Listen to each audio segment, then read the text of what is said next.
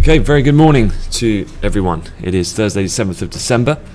For those of you who did join us last night for our kind of Christmas alumni event, thank you very much for attending. It was really good to see you all. I apologise if I myself didn't get around to see everyone. But as I'm sure I've probably said to you in person before, you are always welcome to come in and come and have a chat with me or any member of the team if you're ever in the city. That's absolutely no problem at all. So I hope everyone is feeling fresh and ready for a brand new day. One thing I do need to do, I did promise Eddie I'd give him a shout out. So not sure what time it is. If you're not out of bed yet, you need to get up and get looking at the markets. Okay, let's have a look at the day ahead and some of the news items that we've had from overnight. There's a couple of things to talk about. Brexit, the debt ceiling, some movement in the Aussie as well, in particular overnight. It's been a pretty good week actually for price movement in the Australian currency, and we'll have a look as to the reasons why. But looking at the charts this morning, first of all, just give you a catch up. The S&P finished basically flat. The Dow Jones down marginally about 0.16%. The Nasdaq now the outperformer. So having been a distinct underperformer really commencing about a week ago on this said to be rotational player out of the techs into financials, we're starting to see a bit of recovery from that initial move that we'd seen. So some minor outperformance now in the Nasdaq comparative to the other indices. Overnight in Asia though, as I said, really it's been the Aussie that's been quite interesting. So if I just bring the Aussie dollar into shot, and I remember yesterday we were talking about this already because we had some decent up moves at the beginning of the week on the back of retail sales and some of the commentary that came alongside the RBA's interest rate decision and their policy kind of statement and assessment of the economy.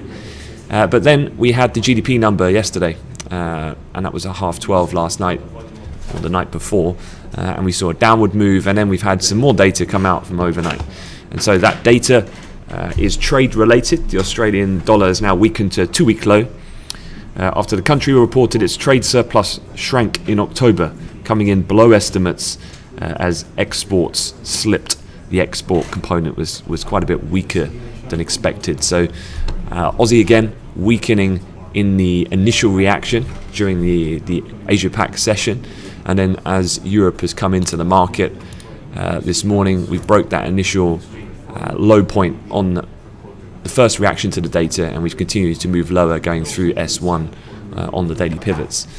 Just having a look at this a little bit more longer dated, because it's been a pretty decent move to the downside now over the last 24 hours or so. So just looking at technically what was quite interesting going below that S1 here, in the more recent price action, is we've also managed to break through those lows that which really defined the support points of mid-November.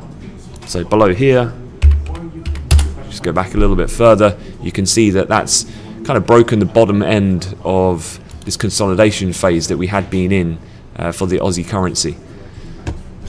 Putting it on a daily just to see what the next levels would be of significance. Well, you can really see how, just tidy this chart up slightly if I take off these. So you can see here that the 2 points I'm referring to are that mid-November support that we've had, then going back to really that was the last time it was in the summer actually, in June, when we were at those levels. And so a decent break of this, opening up 75, then really technically there's not too much more here to the downside. So definitely worth just keeping an eye on the Aussie at this point. Looking elsewhere, equity markets, things are relatively quiet. We've had a small gap up here, you can see in the DAX. Not too much in the way of any major things that are going on. We did have some economic data early on at 7 AM.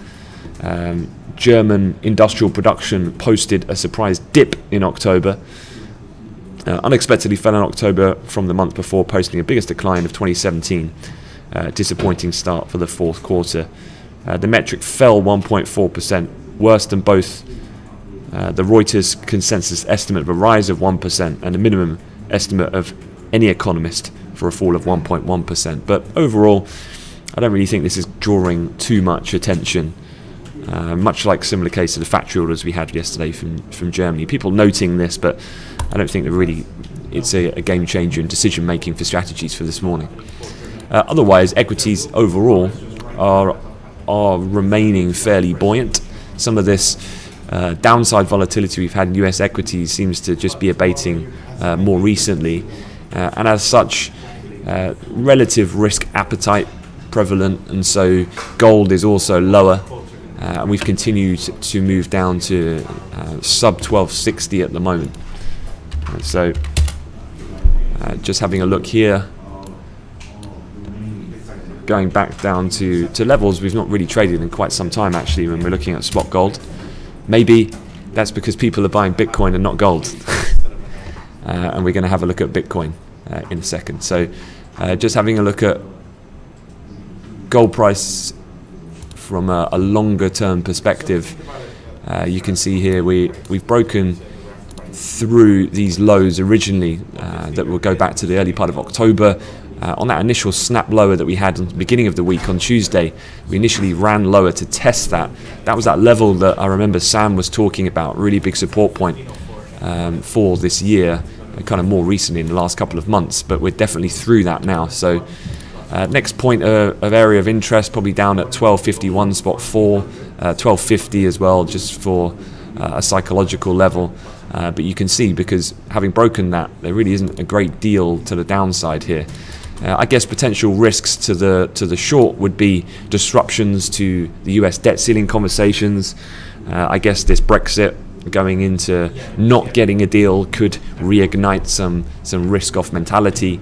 And so there are a couple of factors to look at, but again, I guess it's about assigning a probability as to those things going in a negative outcome. And I think with the debt ceiling, we'll have a look at that in a second. I do think that they will come together, and the two different political parties will do what's necessary to extend and push on the funding needs for the US. So definitely interesting levels, though, technically, that we've gone through now in gold to the downside. All right, let's have a look at a couple of the headlines then.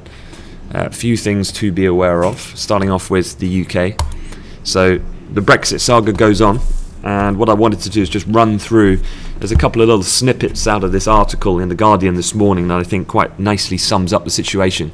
One of the main things is, if we go back to the cable chart, I would say a little bit of headline fatigue possibly setting in regards to cable. You can see here the top end of the price range going from last night. This is in the futures, 134 handle, which is today's pivot. So it's the near-term upside level of resistance, and the range we're basically trading at the moment, 33.62 to 34. So could well remain in that band, and you've just got to be fairly vigilant for any breaking headlines. So the situation as it stands at the moment is Michel Barnier, of course, the EU chief Brexit negotiator, has told member states that the government, as the British government, has just 48 hours to agree a text on a potential deal, or it will be told that negotiations will not move on to the next stage. Another meeting of diplomats of the 27 member states have been penciled in for this Friday evening. So again, I want to give you a little bit of context in terms of the timeline. The Irish Prime Minister has said Theresa May told him she would come back with fresh proposals either late Wednesday, well, that hasn't happened so far, or Thursday. So to be on the lookout for today. So definitely monitoring some of the political correspondence on Twitter would be suggested for today's session. If the UK fails to agree a joint position with the European Commission by Friday, the member states informed Barnier that they would not have time to take it back to their capitals for scrutiny ahead of next week's critical European Council meeting. This is one of the important things, don't forget, is that whatever deal gets put forward, every single individual country of those 27 needs to go back, discuss it domestically within their own parliamentary hearings and so forth. So hence the reason why these timelines for Europe are being quite forceful. A failure to move talks on in December would mean that the terms of a transition period could potentially only be discussed at the next European Council summit. And so the next summit is not until March. So obviously if they don't get a deal done now, then actually the next big formalised kind of EU summit to discuss Brexit is not until March. But you can imagine if that was to be the case, obviously at March 2018 we are right on 12 months to the cliff edge scenario, i.e. the elapsing of Article 50 of the Lisbon Treaty. So absolutely, I don't think it's going to go to that extreme, because the market then, negativity for the pound certainly would increase. The political weight would pick up and intensify, and you would think then that would start to weigh on the cable pair. I think there's too much at risk here, both from the British side, even for the politics in terms of the DUP playing the strong card or hand at the moment. I think overall necessary concessions will be made on all sides, including Europe, and we will push these talks forward. The question is it going to happen in the next coming days, ready for this key meeting coming up in mid-December? If it doesn't, now they don't have to wait till the formalised Council Summit of Leaders in March. It is possible leaders could call an emergency summit in either January or February. The point being is that everyone knows that time is of the essence now, and so things to look out for then going forward. An end to the stalemate on the Irish border issue could come at any time if the DUP or Ireland make concessions on the wording of the proposals, which set out plans for some regulatory alignment between Dublin and Northern Ireland after leaving the EU. But the DUP are currently still not satisfied that Number 10 is offering enough in the way of guarantees that Northern Ireland will be treated in exactly the same way as the rest of Europe after Brexit. So that's the kind of the key issue there, which is let's say stopping these talks from progressing at this point, and we continue to be listening out for as we go through the session. So just be careful, try not to get too caught up in what we call like the noise, just the headlines coming out from he said, she said. What you're looking for here really is more of an outright sign of progression or complete breakdown of talks to give you a bit more of a clearer opportunity to trade the pound. One thing though is I did see this on Bloomberg, and I thought I'd just show it to you because we've talked about this before, and about the fact that the pound has remained fairly elevated and quite well supported by this idea, not fully bought into, because as this green line would suggest, quite a few banks actually see a move back up to 140, and I think I've talked about this a couple of times in recent weeks, is that I do feel and agree the same as what a lot of these bank forecasts are suggesting, in that once we do get this transitional, or the talks have progressed and Europe agree, which can then mean we can move forward to transitional and trade talks, I do actually think that the pound will see some moderate upside at that point. So this is not looking so much intraday, this is then factoring in the likelihood that a deal does get done eventually in the near term. So under that circumstance, we would expect cable to rise, and obviously this was the night of the EU referendum, and you'll remember we were trading at 2016 year-to-date highs at that point of the night of the polling booths closing. So a continuation of reversal of that move could well be on the cards in the coming months in that situation. The opposite, of course, if we start to push on into 2018, this then starts to, as an option, let's say, or scenario, it becomes much less, as the pound would probably likely move quite a bit sharply lower as the timing goes on. Certainly if we go into March, I think a retest down towards certainly this kind of range that we've been in the last quarter or so, back below 130 towards the lower bound 125, we're going the other way. Okay, just quickly then, a quick look at the Trump situation. This is CNBC looking at Trump government shutdown could happen Saturday. Donald Trump doing business the only way he knows how, very confrontational, calling out the Democrats, basically saying the whole point here is that they need Democratic votes in order to get the approval of a short-term spending package over the line to keep the government open. to avoid and avert a potential partial government shutdown, which would materialise at the weekend if they don't make a deal. But the Democrats seem, there's been a couple of comments in response. Nancy Pelosi, for one, it's kind of popped shots at the president, and it's the usual saga, I'd say, when it comes to his Twitter activity. So, in essence, though, the House Rules Committee has approved a plan to extend government funding for 2 weeks until the 22nd of December. The bill will be up for a House floor vote today, and the Senate will have until the end of Friday to pass the bill to avoid this partial shutdown this Saturday. If I was to have a probability of which way this will go, I do think actually that this will get passed, and then we'll have to revisit this again at the end of the year as to further extensions going there forward. So I don't really see this as too much of a risk, but certainly it is a risk, and will need to be monitored. So as we go through the coming days, definitely going into tomorrow, I would say, post payrolls, then probably you want to be listening out for comments from Capitol Hill as towards just definitely getting this all signed, sealed and delivered to avert this government shutdown. Final thing, when we were at the event last night that we were hosting, had to break the news that Bitcoin had broken 13,000. Well, we've just broken 14,000. So we've now got up to 14,500. Let me just show you the chart. This was the price activity. So we got to 13,000, and within a couple of hours we already shot up to 14,000. We then dipped and fell all the way back down to around 13,300, and now we're rallying right up to the highs of where we are at this present point in time, which is about 14,500. So absolutely incredible price action. One thing is, this is looking at the last day's performance, but if I put it onto the last all-time performance of Bitcoin, and yeah, this is a quite truly frightening chart when you look at it from that perspective. We are up approximately 1,300% on the year. So absolutely phenomenal. The story of Bitcoin goes on.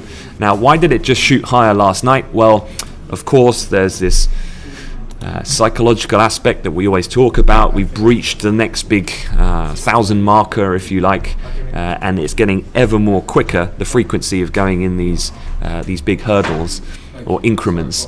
But one of the main things was there were a couple of news stories that came out overnight, which a few people are looking at.